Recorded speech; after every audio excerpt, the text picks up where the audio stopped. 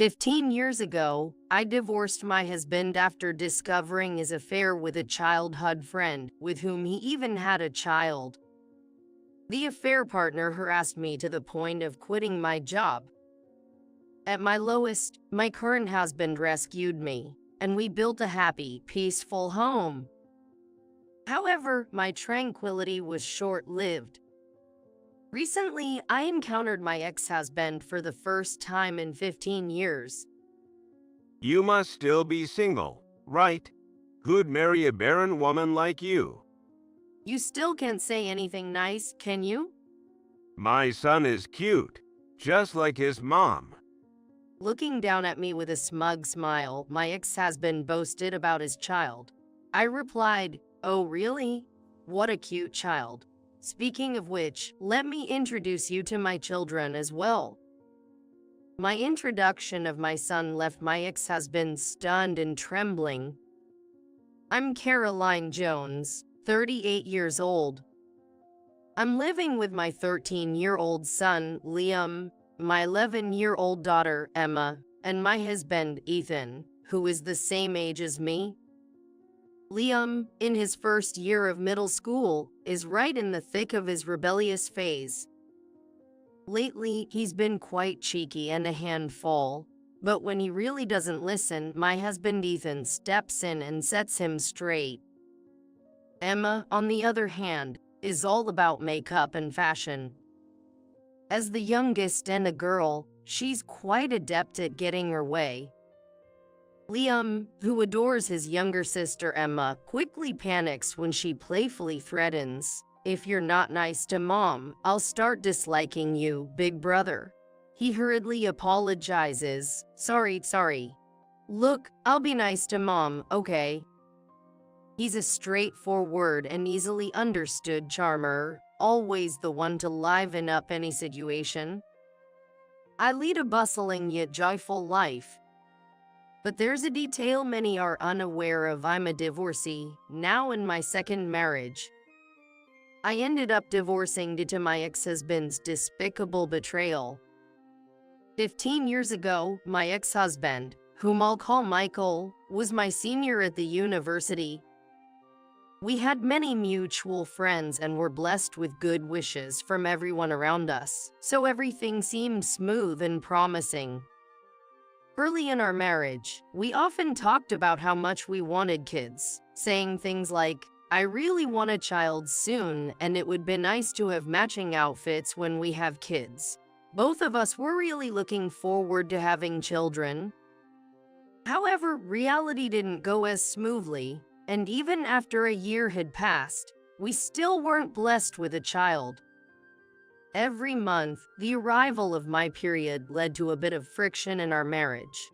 Neither my husband or I thought it was good, so we had several discussions and even paid for expensive treatments to find the cause of our infertility. However, being told there was nothing abnormal, we didn't make any progress in improving our marital relationship. Initially, my husband was encouraging and cooperative. However, as time passed without us having children, he seemed to become irritated and his attitude towards me started to change. When will I ever become a father?" he said loudly, throwing a sarcastic remark. His comments implied that he believes I'm the reason we can't have children. He stopped being cooperative with household chores, leaving everything to me: cooking, washing dishes, laundry, and cleaning. When I asked, "Hey, why did you suddenly stop helping with the housework? You used to do it before," he replied, "Because you're infertile. If you don't do the housework, you're not fulfilling your role as a woman, making our marriage pointless." Afterward, my husband's words became increasingly barbed. My sister and her husband are already expecting their second child. Isn't that great?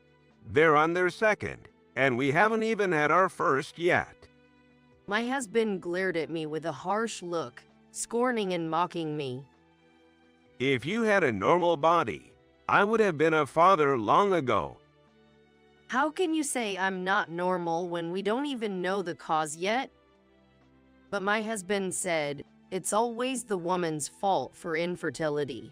Don't you know that? If I had known you were infertile, I would have never married you. You should feel a bit guilty. His words pierced my heart like sharp thorns. I also began receiving calls from my in-laws, eagerly saying, we can't wait to see a grandchild. At first, I brushed it off, saying, it's only been a year, and having a baby is a blessing. However, this seemed to backfire. My mother-in-law's attitude became harsher, accusing me, you're useless for not being able to bear children. Your sister-in-law did it so quickly. You're the only defective one. This daily pressure weighed heavily on me. One day, my best friend Isabella invited me out for drinks after a long time. Michael, my ex-husband, had been busy with work and did a lot of overtime, so he was rarely home. That's when Isabella shared some shocking news with me. I've been wanting to see you for so long. I have something important to talk to you about, Caroline. I've missed you too, so what's on your mind? Caroline, do you remember Leah? Leah was Michael's childhood friend. They lived near each other when they were young, and their parents were close. Leah attended the same university as us and now works at the same company as me. Leah, the daughter of my company's CEO, got her job through family connections. We weren't close in college since we were in different clubs and departments, and even at work, we hardly interacted being in separate divisions. Once, my husband introduced me just once to Leah, saying, she's my girlfriend, so please get along with her. But Leah, perhaps not wanting to lose her childhood friend Michael, glared at me with sharp eyes. Thinking she disliked me, I tried to avoid her as much as possible. Leah, tall and strikingly beautiful, was so popular in college that she participated in beauty pageants. Being a CEO's daughter and a beauty made her somewhat of a celebrity at our office. Leah, oh, Michael's childhood friend, right? Yeah, I know her, she's beautiful. We're in the same company but hardly interact. What about her? Well, it's hard to say, but I think your husband and Leah are having an affair. What? I was utterly shocked by Isabella's unexpected warning. I saw them recently. They were walking hand in hand, not just like friends. No way. I think you should check it out. If you need to talk, just call me, okay? Thank you for telling me. Michael was cheating. I had suspected it. His behavior towards me was awful, always coming home late, claiming he had to work overtime. He was never around on weekends, always busy with client entertainment. I had a sneaking suspicion, but I was pretending not to notice. That day, after parting with Isabella, I headed straight to a detective agency. The reason was, of course, to gather evidence of my husband's infidelity. Within a week, they had all the evidence, but I wasn't ready to file for divorce. No matter how terrible he was the man I once vowed to spend my life with. I couldn't decide right away. A few days later, I came home to find Michael, who usually came home late, sitting at the dinner table. Oh, you're home. Yeah. I thought you'd be late again today. I tried to sound sarcastic on purpose. Yeah. Sorry about that. I need to talk to you. Having heard about the affair from Isabella, I braced myself for bad news. I want a divorce. What? So that's how it's going to be. I realized he wasn't just fooling around with Leah. He was serious about her. Leah is pregnant. I'm going to marry her. Leah, your childhood friend. You said she was just a friend. and now she's pregnant. You were having an affair. Don't call it an affair. Haha. Makes me sound like a jerk. Can't help it, right? Leah can get pregnant. She's beautiful, and there's no reason for me to choose you over her. Michael's shameless attitude stunned me. He didn't think he did anything wrong. I was speechless. Seeing me silent, Michael smirked and said, My mom has been nagging me to divorce you. She says Leah is prettier, kinder, and can bear children. She always liked Leah better. This will make her happy. I knew they always preferred Leah. Tears welled up in my eyes. Well, I've packed my stuff. Gotta get back to Leah and her upcoming baby. Haha. With that, Michael left the house. I didn't have the strength to stop him. Later, a one-sided divorce paper arrived. A woman's handwriting was on a note tucked inside. Please divorce my husband soon. Seeing the contradictory words, I felt a question mark floating above my head. I really wanted to retort, "No, it was you who took my husband away." Seeing those words, I snapped back to reality. I was stuck with questions on my head. Why am I being blamed? I can't just silently accept this divorce.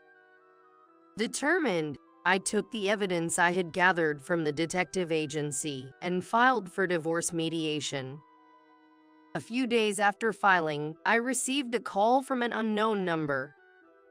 Wondering who it could be, I answered the phone to hear a woman's voice screaming, "What do you think you're doing? Why did you start a lawsuit?" It was Leah, Michael's mistress. "Well, it's only natural, isn't it? I know all about your inappropriate behavior. It's only right that I demand compensation." Compensation? I'm pregnant. How can you be so cruel at a time when I need money for the baby? Who's being cruel here? You're the one who got involved with a married man. You're the one who's infertile, you horrible woman. Her shrieking voice hurt my ears. Anyway, I plan to discuss the divorce, including compensation, in an official setting. Let's talk about it then. I said that and hung up the phone. During the mediation, given the ample evidence, Michael and Leah's relationship was recognized as infidelity. Michael tried to blame my infertility, but the court dismissed his claim as unreasonable since there was no conclusive evidence of my infertility within just a year of marriage. From Michael, I received a lump sum payment of $20,000 as alimony, and from Leah, I received $10,000. I didn't want to drag out any financial ties with them. Thus, our divorce was finalized. However, my ordeal didn't end there. Since Michael, Leah, and I went to the same university, the affair became a topic among many friends. According to a close friend, the rumor was that I had hidden my infertility and married Michael. Some even sympathized with Michael and Leah. That's terrible. Worse still, since Leah and I worked in the same company, rumors spread at work too. Everyone sided with the beautiful and influential company president's daughter, Leah, who made herself look like a victim, her eyes brimming with tears. Caroline is such a horrible person, demanding alimony when I'm about to have a baby. She even hid her infertility. She sobbed, seeking sympathy. At first, I tried to ignore it, but since Leah was the president's daughter, my bosses scolded me, saying, "Don't treat Leah badly." No matter how hard I worked, I was continually removed from major projects. Eventually, I was pushed to the point of resigning. While looking for a new job, I was headhunted by another company. "We need someone as diligent and capable as you," they said. In this new workplace, I thrived beyond my expectations. My boss really took the time to see each employee as an individual. Unlike my previous company, there was absolutely no culture of favoritism towards the boss's daughter or nepotism. I found myself drawn to such a wonderful boss. And that person turned out to be my current husband, Ethan. Ethan supported me when I was at my lowest after the cruel breakup with Michael. After several dinners together, we gradually began to talk about not just work but also personal matters, and this naturally developed into a romantic relationship. Our relationship was going well, and thankfully, Ethan proposed to me.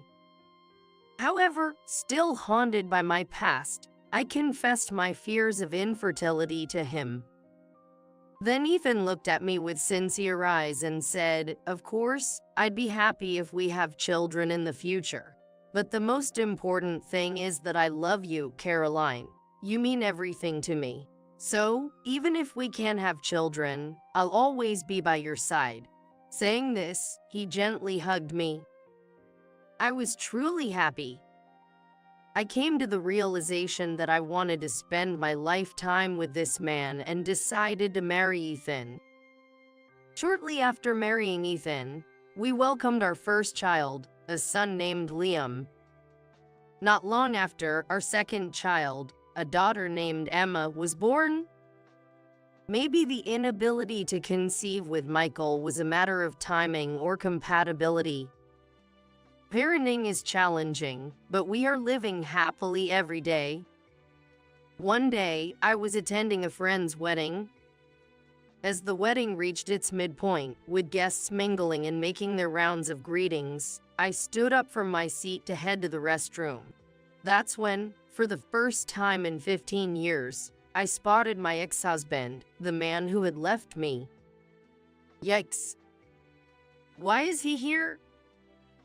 My mind went blank for a moment.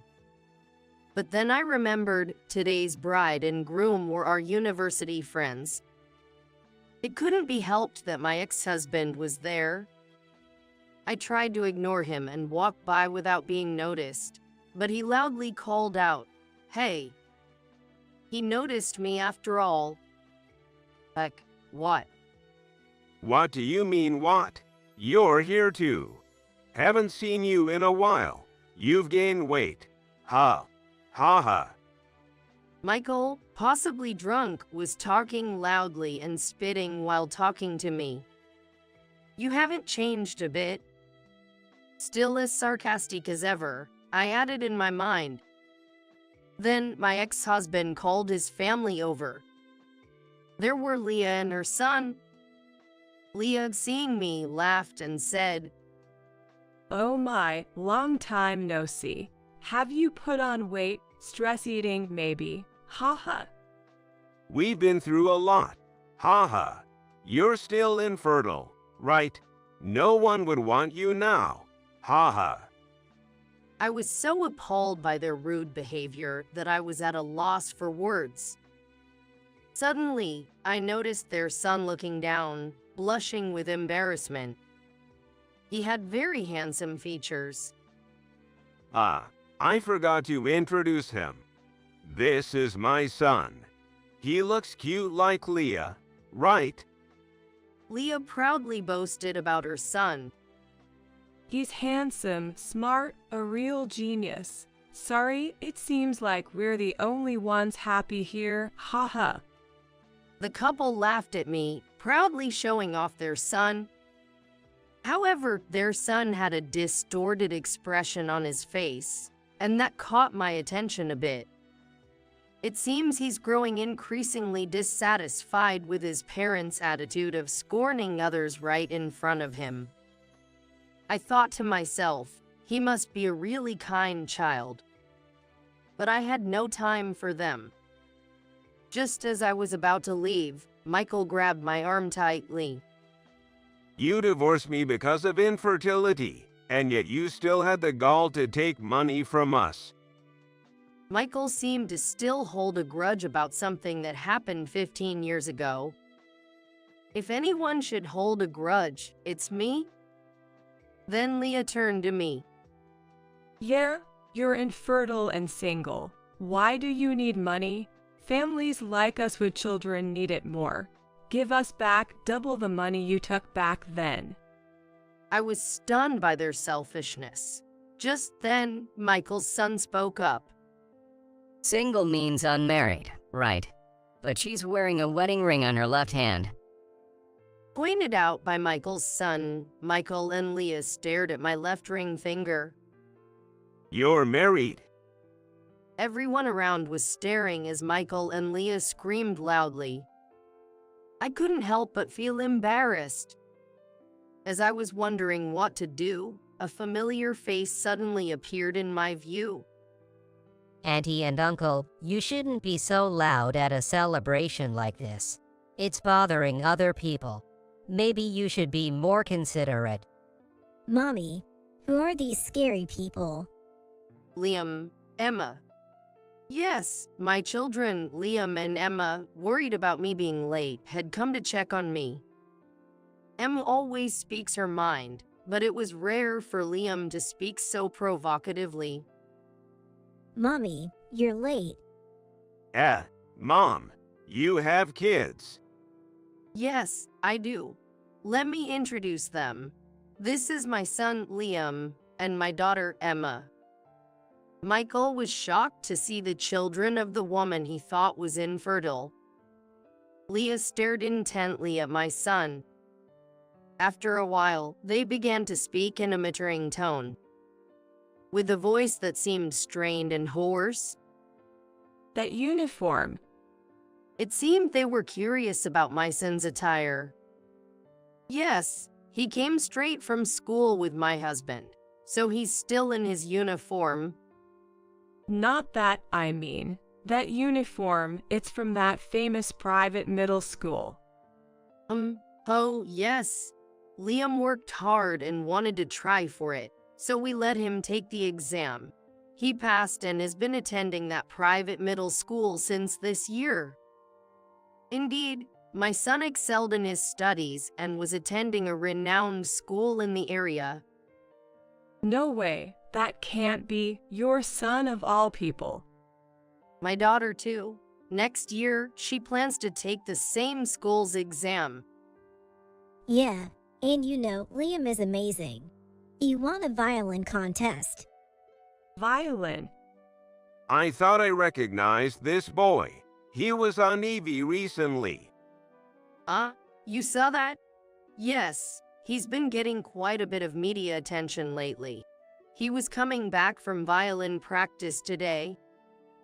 No, this can't be. Leah and my ex-husband were amusingly speechless. You were supposed to be infertile. How could you have children like this?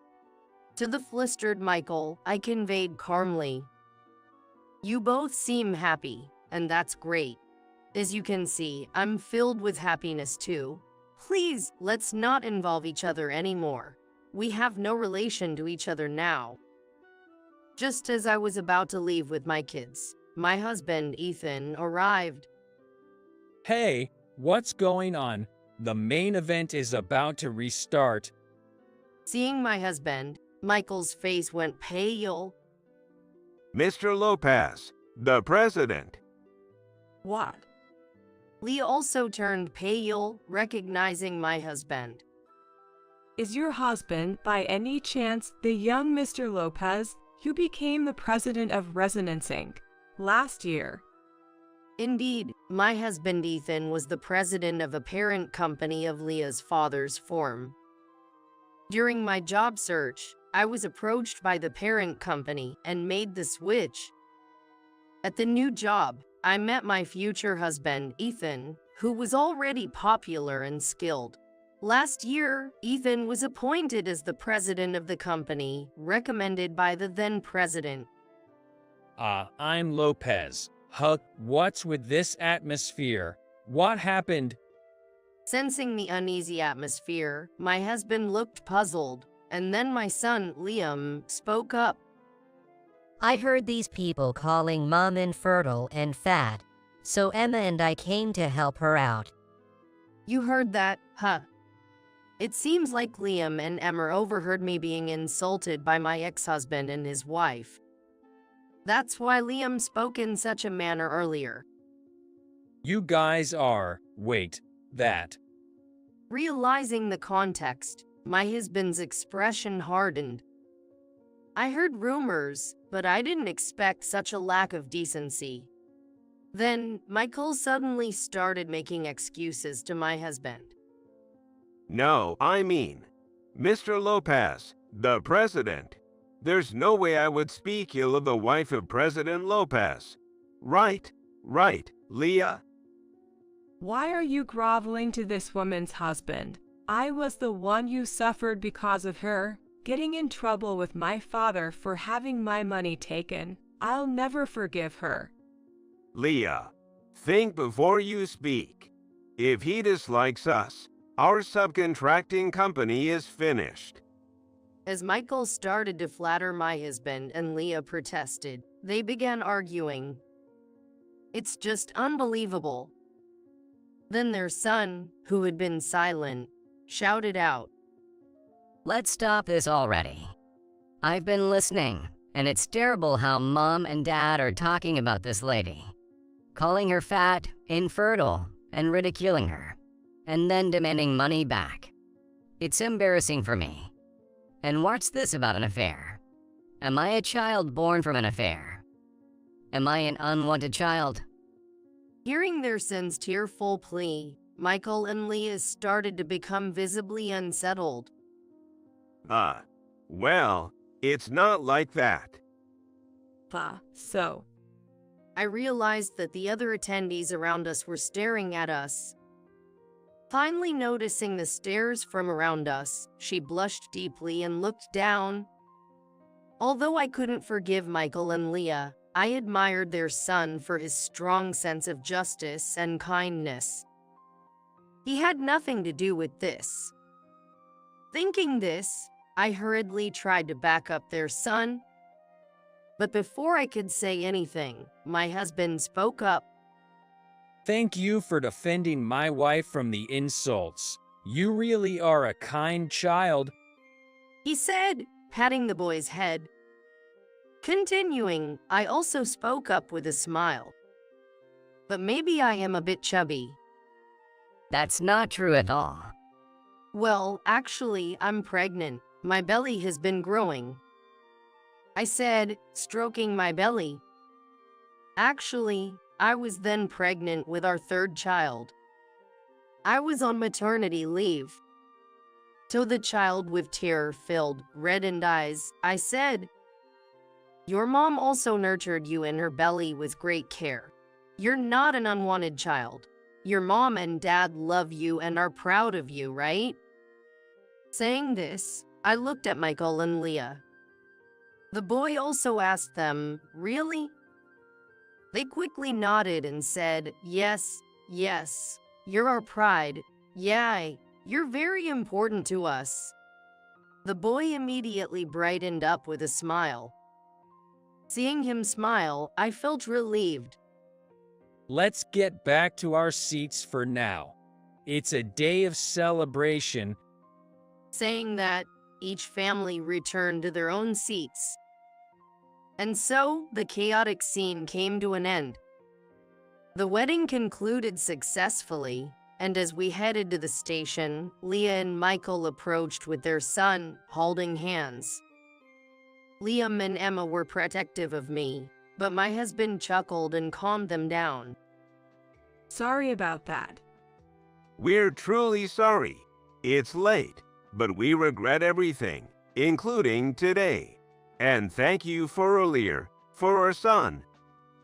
It was the first apology I had received from them in 15 years. Perhaps having a child had changed them a bit. I just laughed and said, Really, after all this time? Well then. With just that one phrase, I turned my back on them and began to walk away. Liam offered to carry my bags and took the one with the maternity mark on it. Emma cheerfully said, "Here you go," and draped a coat over my shoulders. Despite their young age, they are thoughtfully looking out for me during my pregnancy.